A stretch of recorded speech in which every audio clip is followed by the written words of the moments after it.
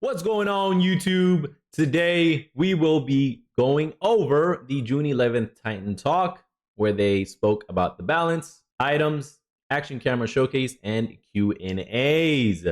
This will be a recap video. That way, you don't have to watch a whole hour of content that you may not want to. Let's jump into it. Hello, everyone, and welcome to another edition of Titan Talk. I hope What's up? everyone is having a great Wednesday. We joined I'm them. Isaiah. Kilgoon is with me as usual, and Pon is joining us for the show Yo. today because we're going to Hey. be talking about Open Beta 12 item and god balance. Yeah. So the general premise is assassins across basically most of the game are weak. They're underperforming. There's a few characters who are the exception. So like Wheelwitch is an example of an exception character. At high rank, they tend to do a bit better. And that largely is probably due to the jungle role. Like especially high rank players are able to leverage their jungle pressure a lot more effectively. That's a hard skill to leverage, so it makes sense there. Yep. So assassins kind of across the whole game are underperforming. We think crit's actually in a really, really good spot, but no hunter is really diving into any other viable builds around like high strength, high ability damage. Even characters that you might even expect to like Ullr or Neith. Ullr in fact is like really, really underperforming because he doesn't leverage the crit build nearly as well. So those are generally the kind of ideas behind why we want to do a strength pass. And then for the top level, because I did mention assassins do really well in the top level, right? We do have some adjustments for jungle pacing and how fast they're able to gain levels. That should bring down their early pressure a little bit, which should hopefully keep them generally performing where they are in the top level. But they should kind of bring up the floor for everyone else. Interesting. Open up Okay. so that's the first bucket. So we can probably do that first. Yeah, so I will bring up the handy dandy desktop and let's go through it. So we've got strength changes here under items, and as you can see, lots of strength items. Just seeing just some love in the strength department, just boosting them up. Yeah, so you'll generally see 5 strength increases. Some items like Avatar's Brush, which is very strength heavy, gets 10. Some cases we just brought the cost down because it's like we can kind of go over the exception cases probably, because otherwise it's just going to be, I'm going to say, Ooh, it's got 5 strength Bloodforge. damage. Avenging Blade, we want to keep it more as that Go kind of cheaper. more towards the bruisery side. So rather than just give it more power, which is already 60, we want to give it health and Ooh, Brawler's Beat Stick going up to 55, decreasing the cost by $50. Not bad, that's pretty good. Devos, oh, getting an extra 5 strength. It's the Heartseeker, increased strength to 55. And increased max percentage health damage scaling. Oh, and by 0.5% is an increase. See how this goes. Hydra's Lament too. dead. Bloodforge is part of a next pass, which is shields. And so we did a small cost adjustment here versus actually giving it outright strength because shields are going to be the next thing that we discuss. Let's see, what else is an exception? Hearts. Oh, are they gonna nerf shields, man? Please don't tell me you're nerfing shields. You already nerfed the hell out of Pridewind by making it 12 cooldown versus 20. That's just me though. Let me know if you disagree or agree with me down in the comments below. Seeker, we want to make sure that the payoff for going a high strength build felt good. Similar to what we did with tanks, right? Like tanks had their end game items. Heartseeker is really supposed to be that. It didn't have as good of a payoff as it could, so it's getting a better payoff to be that late game pickup. Otherwise, yeah, 5 powers across the board. We'll keep going until we get one to talk about a bit more. But I think that Yo, Jones increased strength from 35 to 40. Let's go, baby. Pendulum Blade. I don't use that item. Oathsworn Spear. I think I've used it once. Shifter Shield. Hey, you get bonus strength. Let's go. Hell yeah. Rune Forged. When are you going to bring Flame Forged Hammer? I want Flame Forged Hammer in this game. Oh, Crusher getting up 5 as well. The Transcendence build path with high mana. Book of Thoth is doing really well.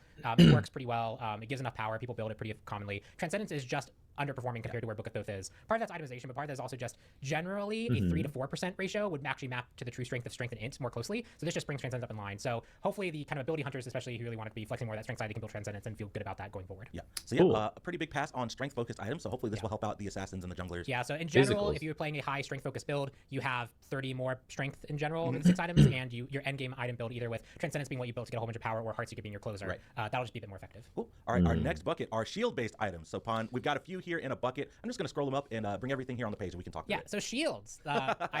Yep, the shields are getting decreased. Nerf! They're getting a nerf. All right, let's let them explain. Yo, erosion's getting buffed. Oh my goodness gracious.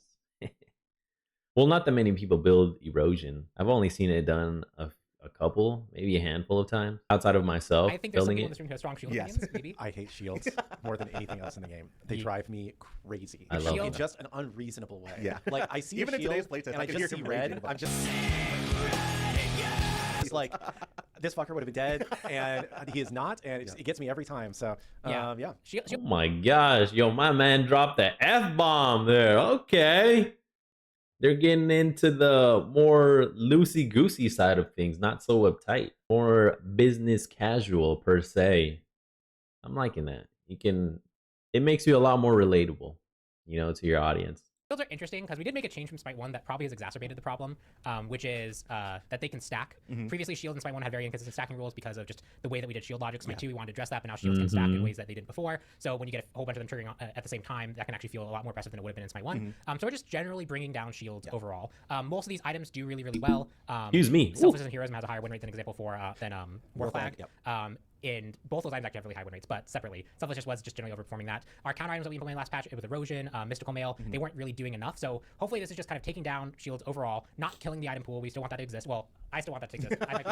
So I will jump in here and say something about shields just makes me like unhinged. But I did not ask for shields to be nerfed. This was design came to their own conclusion. I have made my feelings about shields known for a year now, and I'm glad that we're moving in this direction. But ultimately, like design is design's call. I'm not telling them what to do here. And they felt like this was the best move for the health of the game and maybe also for my sanity. So I'm excited to see it. Yeah, and so just shields generally going down. Some of them have more targeted changes. Selflessness and Heroism, their change largely keeps them about the same in the early game, but then they will be weaker as you go higher and higher health pools.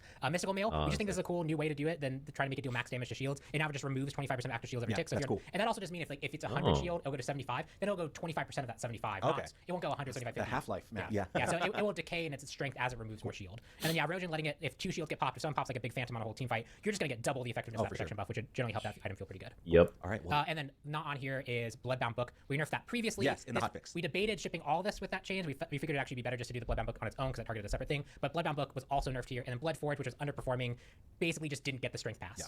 Cool. All right. I think those were our 2 big buckets. We've just got some other general stuff. Xerxes Hexstone has been kind of a big topic in the community as of late. Going to be seeing a nerf here. Going to be decreasing the health and increasing the cooldown, and also a fix where there was a description issue listing that it was providing movement speed when it was not. Yeah, so Xerxes Hexstone, really popular engage tool, especially with how Blink has changed. We want to make sure that this remained a strong engage tool for that option. That's why this nerf here might not look too intense, but taking 50 health off the pool and making the cooldown higher is going to limit its effectiveness. Yeah. We can go further if we need to, but we want to make sure that we're not just outright killing this item from the pool because we think it serves a really critical purpose. Yeah. And then Dreamer's Idol getting a boost of intelligence, kind of just to make it on par with Avatar's Parashu. Yeah, keeps it in line with Avatar's Parashu. Those items are definitely like very luxury. If you can get to them, they can be really, really good, but generally you can't get to them. And even when you do get to them, they weren't that good. So they have some room to come up anyway. Yeah. Hey, okay. Another item that has been a hot topic in the community, Eye of the Storm. Going to be seeing some nerfs here. We're going to be decreasing the Yes, finally. Oh my gosh. This item, I've gone up against it multiple times. And even when you get hit with it, you're outside the edge, right? It just sucks you in. Pause. The vortex strength was high as hell, man. I was like, oh my god, you can't move anywhere. That thing was just dragging you. So they are nerfing this strength, baby. Let's go from 150 to 120. And then the vortex fighting penalty is getting decreased from 5% to 0%. It was a 5% slow when attempting to fight this vortex. That's what I was talking about. You were going nowhere. Yo, the self damage went from 4 to 6%. Okay. Yeah, so Eye of the Storm, pull strength just being reduced by about, I think it was like 20%. The increase the vortex penalty, that one is one of the main contributors to when it stacks, it's extra impactful, because that stacking will further cause you to fight more penalty against it. And we're just increasing the self-damage. This item was generally fine for a while, and people seem to think that we've changed something to how it works. It's just people decide that stacking it now is really, really good. The actual changing this to not stack is a lot more of an involved process. So we looked at that path. We might still go down that path in the future. It's still available. But these should take the edge off the item. This should make it so when stacked, it's just less impactful. And if you are going to go it, you will notice the self-damage more, especially with our new counting up items. Yeah. I can tell that exactly I had a fight in Arena where I was The using damage, it, and it cost me on its own 1,200 health. Oh, yeah, with the number summing. Yeah, with the numbers. Like, It's damn. so much easier to tell what's going on in the game with the numbers. Like, I don't know, I like it. So, I'm loving that that's number actually, summing a too. nerf. We'll look at it. in Can't the wait till future. it's here. If we need to come up with stacking rules, we can. That was just that's a larger pass that requires a bit more time. We felt we could get this to you guys faster. Yeah. All right. Spectral Armor up next. We're going to be decreasing the physical protections, increasing the health, and removing the decreased critical strike chance from 25% to 0%. And then we are now decreasing the critical strike damage from 0% to 25%. So just to flip in the crit. You get 20 less protections.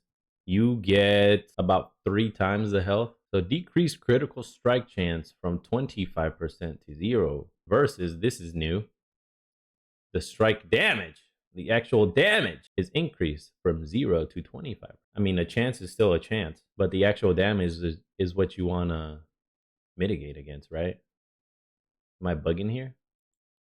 Metrics. Yes, so this does a few things. One is yes, it's still physical protection, but it's so much more health now, and health is kind of your omni mitigation, especially against crit builds, which might not be running a chin size in them. This just makes it, if you do need to splash it against a magical crit, you can.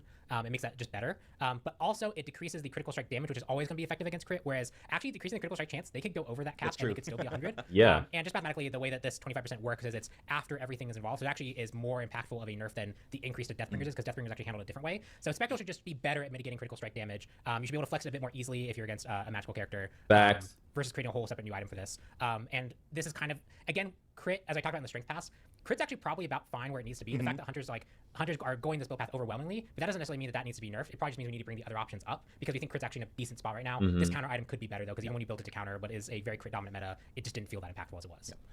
Let's talk about God Balance up next. Achilles up first, going to be seeing a buff, increasing the strength bonus from Radiant Glory, the protection bonus, and Let's go, baby.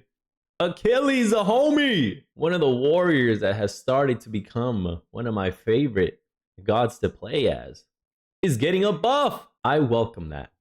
His 2 is getting increased strength bonus from 6% to 10%. Now it's just 10% all around. Let's go, baby. Hell yeah. Increased protection buff. It used to be scaling from 10% to 20%. Now it's 20% flat. Let's go. And the crowd control reduction used to be 20%. Now it's scaling from 20% to 30%. I think that's a big win. It's going to make Achilles that much more difficult to kill. It's going to make people rage out because he will live at 1 HP for 11 years. I know I'm going to be raging out if he leaves with 1 HP after dumping my entire kit and the team is with me and the dude still gets out. However, when I play as Achilles, I'm going to be having so much fun. Oh, yeah.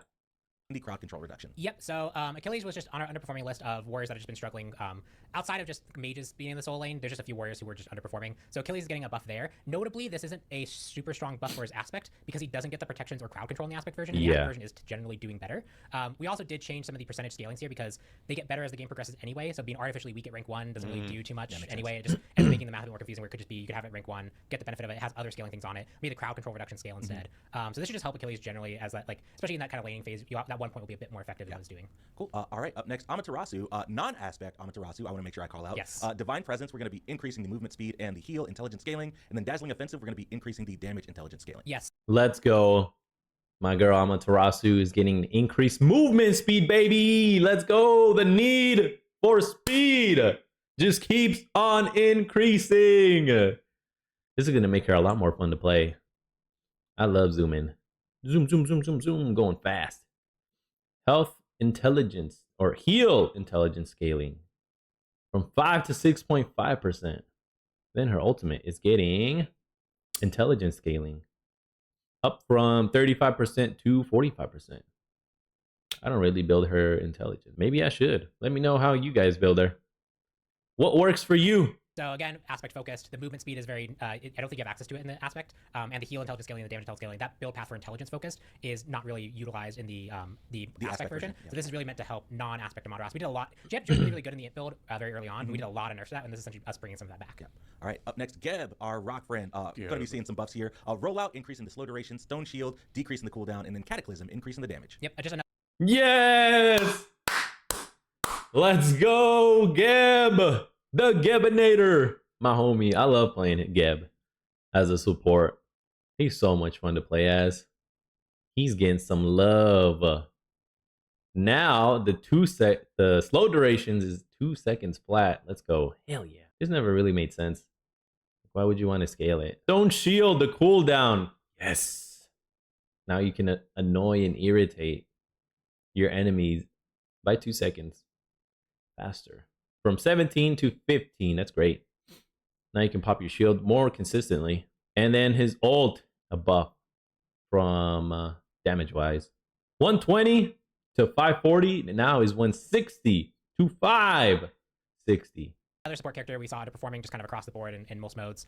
We're just bringing it up slow duration longer, lower cooldown, higher damage. This should just help him out in general, and that stone shield especially will help Yep. save people. Yeah. I thought we disliked shields. We, What are we doing we here? did actually Hold on, pull, what happened? we did pull a different shield buff in this patch, Okay, specifically okay. This was the one that we let through. I was about to say. Yeah. All right. That is, Kilgun about that to is crash a out in defining- here. I'm gonna crash out. I'm tweaking. Boys, I'm cooked. I'm out of Zins and I'm about to crash hard. Now I'm just gonna have to play Geb. It's fine. The shield is one of his most defining characteristics.